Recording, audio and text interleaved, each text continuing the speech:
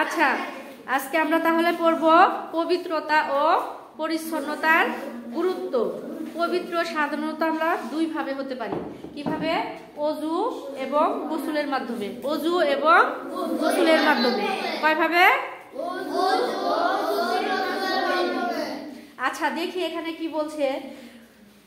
মহান আল্লাহর ইবাদত করার জন্য আমাদের পবিত্র হতে হয়। আমাদের মহান আল্লাহর ইবাদত করার জন্য ইবাদতটা আসলে কি? কিভাবে ইবাদত করা হয়? ইবাদত মানে কি? মন গড়া কথা বলো না। ইবাদত অর্থ আল্লাহর দাসত্ব করা, বন্দিগি করা, গোলামি করা, তার সকল আদেশ নির্দেশ পালন করা, এটাই হচ্ছে ইবাদত। ঠিক আছে? আচ্ছা, পবিত্র হওয়ার জন্য আমাদের অজু ও গোসল করতে হয়। আমি বলছি না পবিত্র হওয়ার জন্য আমাদের কি করতে হয়? অজু ও গোসল করতে হয়। অজু করে শরীরের নির্দিষ্ট কয়েকটি অঙ্গ এবং গোসল করে পুরো শরীর ধুয়ে নিতে হয়। অজুর ফরজ হলো হাত ধোয়া, মুখমণ্ডল ধোয়া, মাথা মাসে করা ও পা ধোয়া। অজুর ফরজ কয়টা বলো তো? আবার উল্টা পাল্টা বলে। অজুর ফরজ 4টি। অজুর ফরজ কয়টি? 4টি। অজুর ফরজ 4টি।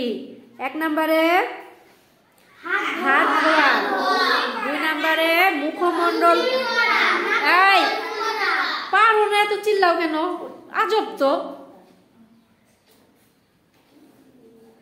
অজুর ফরজ কয়টি? 4টি। অজুর ফরজ 4টি। 1 নম্বরে হাত ধোয়া, 2 নম্বরে মুখমণ্ডল ধোয়া। হাত ধোয়া মানে কি?